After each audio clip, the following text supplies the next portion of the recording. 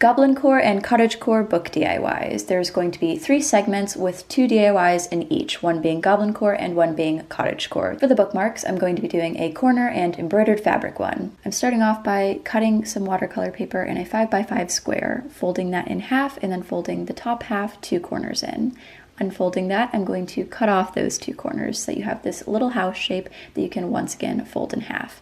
Then you're going to fold up the right corner and then kind of flip it and fold it again so you have a square, which you can kind of tuck that little triangle in on itself to have the base of the bookmark.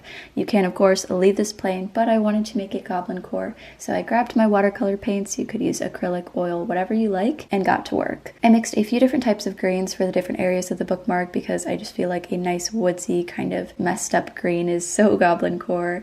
Made sure to blend the colors and kind of modify it before mixing up a nice light brown for some mushrooms along the base. I added some different variations and a bit of white to them to give some dimension and some lines at the bottom. Moving on to the cottagecore one, I'm using some scrap material in this lovely green color and just cutting out the size of the bookmark that I want. I'm threading my needle with some brown embroidery floss and doing these not at all functional but cute large stitches all around the border. Once I had gone all the way around, I knotted it and threaded my needle with some dark green thread to make the stalk or stem of a flower. I'm doing a vine stitch for this, and I have an entire video on embroidery as well as some basic stitches, so you can go watch that if you'd like. And then I did some blue thread for a few different flowers on each of the stem edges. Once I was done with that, I again knotted it on the back, and to make it a bit more stable, I glued it to some cardstock, cutting it in a way that the cardstock wouldn't peep out from the edge and that you would only see the fabric from the front. I punched a hole in the top and decided to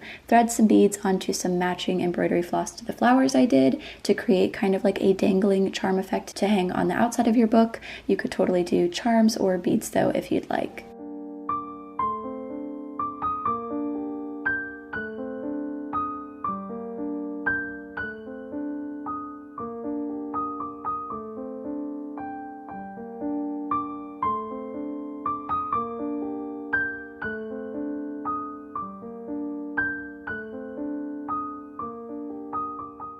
Bookshelf decor. The first thing I'm going to be making is a crystallized book, and I'm showing you examples of how to fold the pages with my Night at the Museum book from my Dark Academia video. The general way to do it is folding the pages in on itself and kind of tucking them into the center.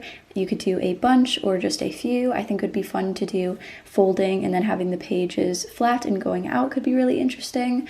I ended up with 6 folds and kind of pushed them flat so it would be a bit more even on top, and then set my book aside to grab a pan, fill it with water, and boil it. Once the water did come to a boil, I grabbed a baking dish and poured it in. This will of course need to be the size that your book is so that it can be fully submerged. Next comes borax. There's not an exact measurement of how much borax to use because everybody's containers will be different. You just need to keep adding, stirring, and letting it dissolve until it won't dissolve any longer. This means the water can't absorb anymore and you've put in enough.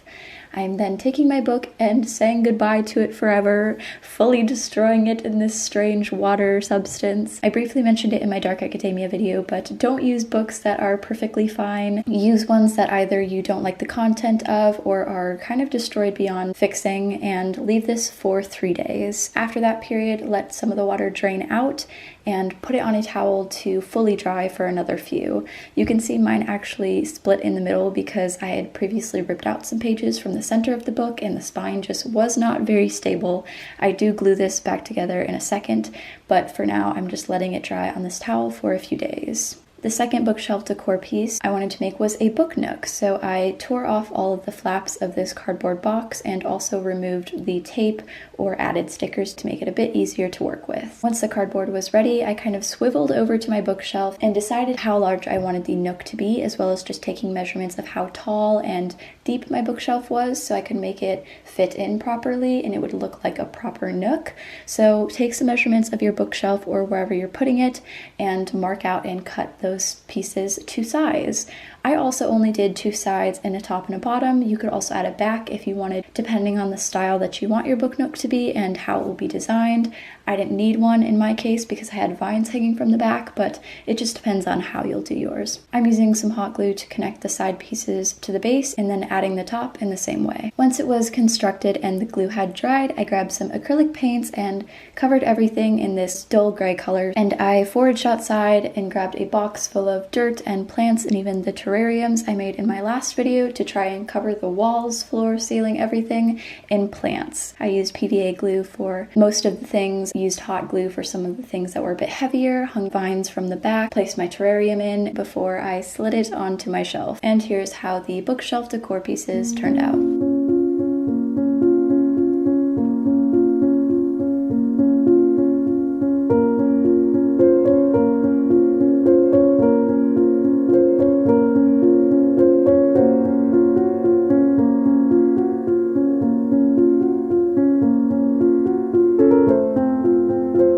For the book covers, I'll paint on one directly and another will be a dust cover style. For the first book cover, I'm going to be making a dust jacket for this red hardcover book. I'm going to cut 2 pieces for the front and back that are a little longer than the actual book so that they can overhang, as well as a different colored piece of cardstock for the spine. I will glue all of them together later, but for now I'm just grabbing my watercolors and thoroughly coating the front and back in a light green color. I'm then just freehanding some flowers, making the front and back a little different, but doing the same type of flowers on both, just one being shorter and one being taller, before doing some cursive of the fake name that I made up for a book.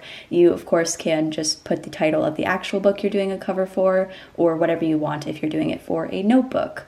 Once the painting is fully done and dried though, I'm just adding a little bit of glue to either side of the spine and placing on the 2 ends. Make sure that the front and back are about 4 to 6 inches longer because mine wasn't so long and the folding in didn't work as well, so make sure there's a pretty good amount of paper to fold on the inside and keep it on the book. For painting directly on the book though, I'm going to do a base coat of white just so that every other color I add on top will show up better than on the initial cover. I had such a hard time trying to make the exact color I wanted for this book, changed it about 40,000 times and still was not happy with it. Got so fed up that I went and got a bunch of random plant materials, mixed literal dirt in the paint so it got really textured, and then pressed on a bunch of different plants to the front, also rubbing some more dirt. This was giving me major GOBLINCORE vibes because I was literally rubbing mud over all of it. I think this would be better for a notebook than a book cover unless your plants were fully pressed down and you did some sort of spray on top to keep them in, but I think it ended up looking very GOBLINCORE and fun in the end.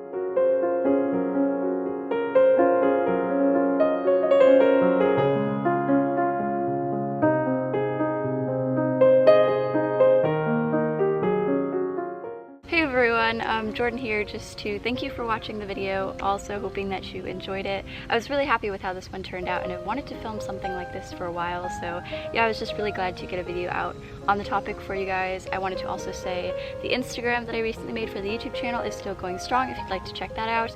Fun little extra content that I'm making as well as like updates on future videos. I hope you guys have an amazing rest of your week and I'll see you in the next one.